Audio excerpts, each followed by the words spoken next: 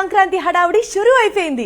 సంక్రాంతికి most weighted film గా release అవుతోంది గుంటూరు కారం. గుంటూరు కారంతో పాటు డైరెక్టర్ ప్రశాంత్ వర్మ, హీరో తేజ సజ్జా కాంబినేషన్ లో వస్తున్న హనుమాన్ సినిమా కూడా రిలీజ్ అవుతోంది.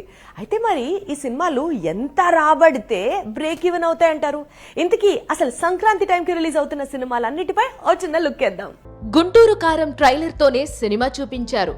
ఇక వెండి తెర మీద ఫుల్ సినిమా చూడటమే మిగిలింది. ట్రైలరే ఈ రేంజ్ లో ఉంటే సినిమాలో ఇంకెన్ని మెరుపులు చూపిస్తాడో మహేష్ అని అభిమానులు ఆతృత పడిపోతున్నారు. నైట్ 1 AM షోలు ప్రారంభం కాబోతున్నాయి. వారం పాటు 6 షోలు ప్రదర్శించుకునేలా అనుమతి వచ్చింది. టికెట్ రేట్స్ కూడా హైక్ చేశారు. ప్రీ రిలీజ్ ఈవెంట్ కూడా గ్రాండ్ గా నిర్వహించారు. సూపర్ స్టార్ మహేష్ బాబు తన స్పీచ్ తో అభిమానుల మనసు గెలుచుకున్నాడు. ఈ movie theatrical business world wide గా దాదాపుగా 120 కోట్ల వరకు జరిగిందని సమాచారం. అంటే 123 కోట్ల షేర్ వసూళ్లు రాబడితే బ్రేక్ ఈవెన్ కంప్లీట్ అవుతుంది.